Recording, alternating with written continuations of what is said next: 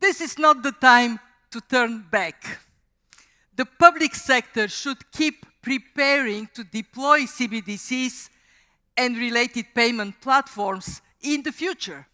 These platforms should be designed from the start to facilitate cross-border payments, including with CBDCs. We can learn from you, entrepreneurs, business leaders, investors, and brave policy makers. We are so impressed by your bravery to be the sailors in these open waters. Waves and winds are your inspiration. Going to a different economy, and we're going to be learning more about that as we go, but clearly we're learning that things can be done from remote locations. We're learning that technology can replace people even more than we thought. We're not going back to the same economy. We're recovering, but to a different economy, and it'll be one that is more leveraged to technology. And I worry that that is going to make it even more difficult than it was for many workers. In Silicon Valley, and my friends who work in technology know that what we did to the manufacturing workers, we are now going to do to the retail workers, the call center workers, the fast food workers, the truck drivers, and then even bookkeepers, accountants, insurance agents, lawyers, and on through the economy. So what happened to the manufacturing workers is a very clear sign. And so we'll import Chinese-based CBDC technology. So it's going to be CBDC in a box provided to you by the People's Bank of China. But every stock, every bond, every currency, every commodity, every piece of art, every private business, every piece of real estate will eventually be a token on a blockchain, an entry on a ledger, permanent and immutable. We will have truth instead of trust, and we will save over $7 trillion a year. 6 to 8% of global GDP is wasted by the friction of the trust industry that's necessary when you have dual entry accounting.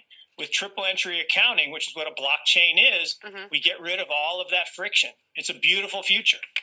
Like what you see in China and their social credit scoring systems, right?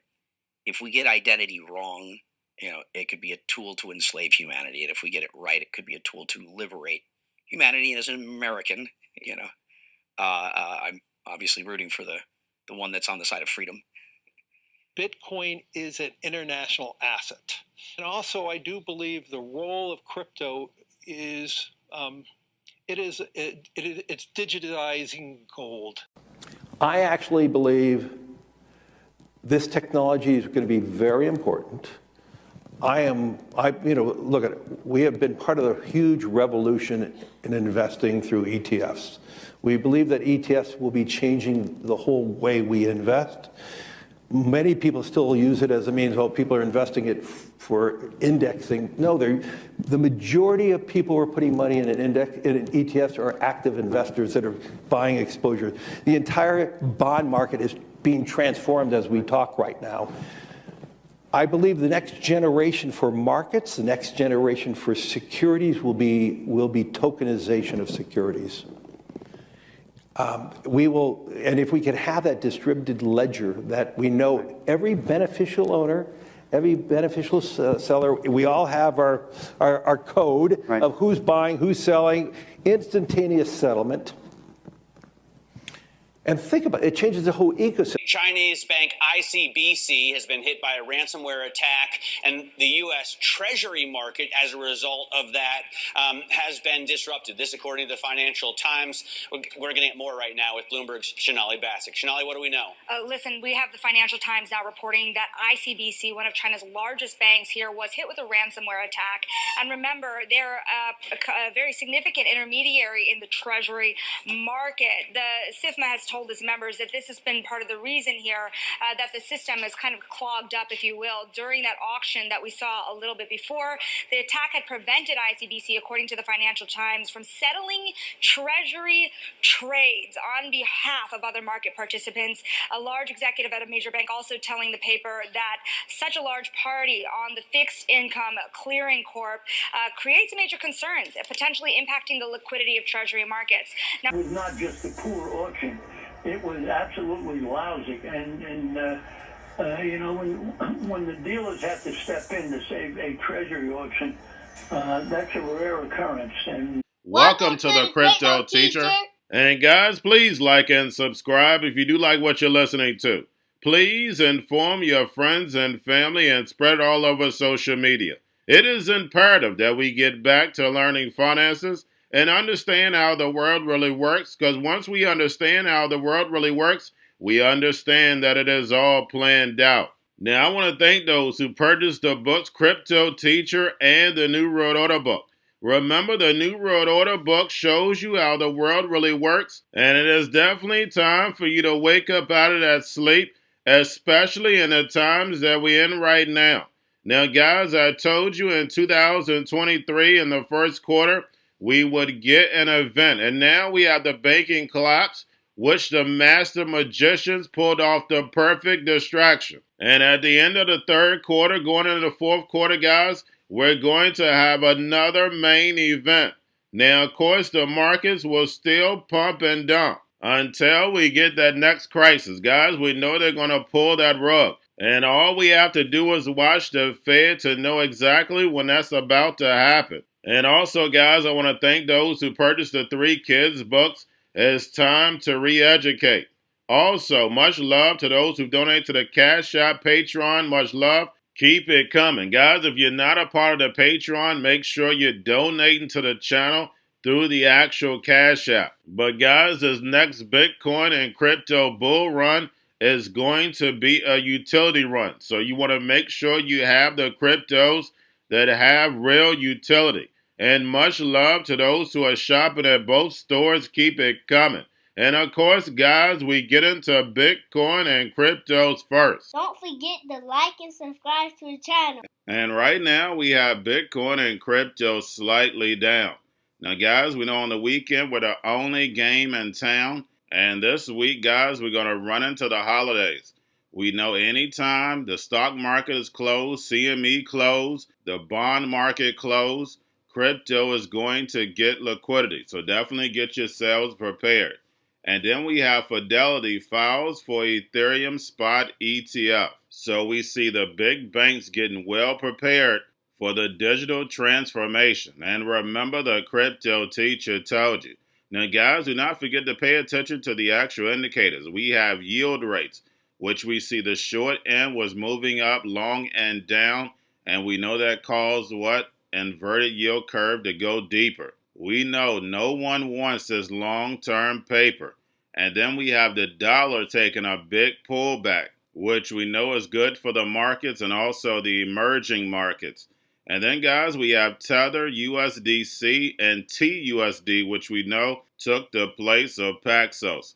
And then, of course, guys, we have the Fed. Repo at $935 billion yesterday, went up slightly from Thursday. But we know we're well off that $2.5 trillion. And we know Janet Yellen is tapping that.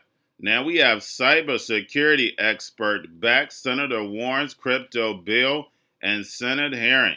And we know CBDCs, stable coins, crypto is all illegal when it comes to the financial system. But we know how the NWO does. They take that pen and write in whatever they like. And with digital payments, it changes money. So, of course, they have to put the rules in place, but they're going to play the Hegelian dialectic that crypto is only used for criminals. But, guys, we know the banks are the biggest what? I'll let you finish that.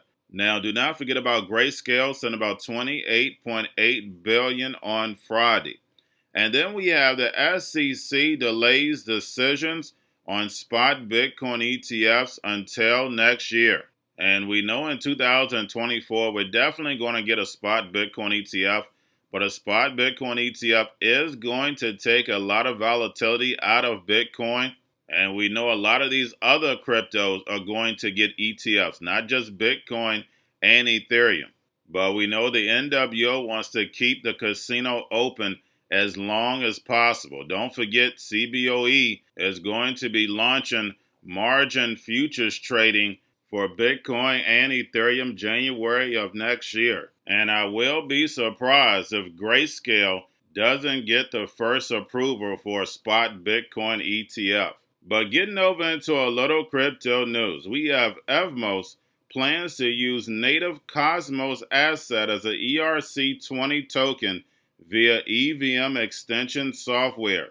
And this will give Evmos developers a unified token model for native and ERC20 tokens. Now we have Jump Crypto spins off Wormhole project. And we know less than 2 years ago, Wormhole received a hack of almost $320 million. Now yesterday we received the news that Sam Altman was out as CEO of WorldCoin. And then we had the other co-founder leave. So guys, we know this is nothing but a movie.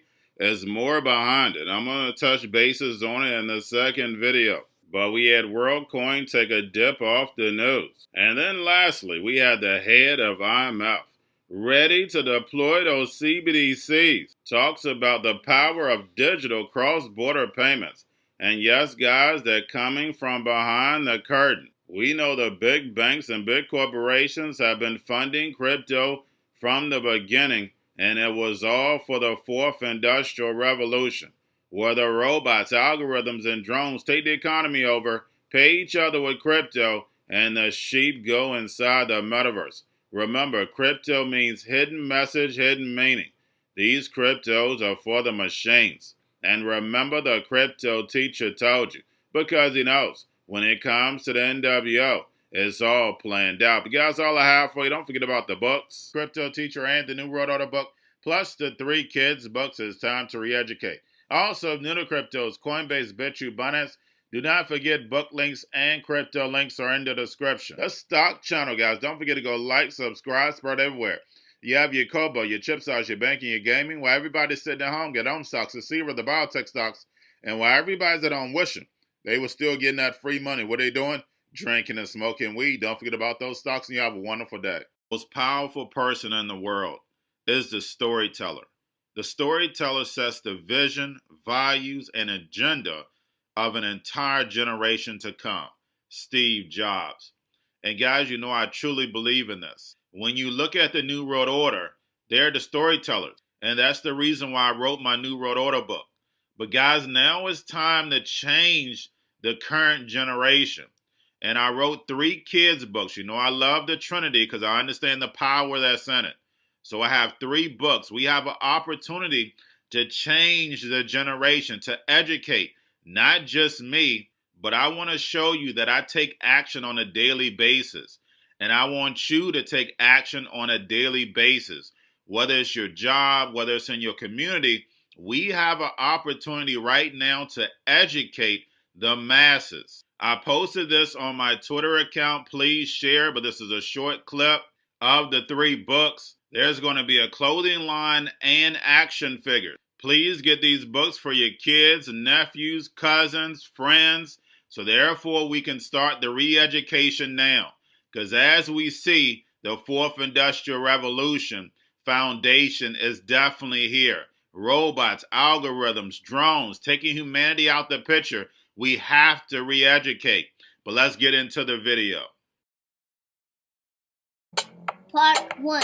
King Joshua and Drama Team save the village. Part 2.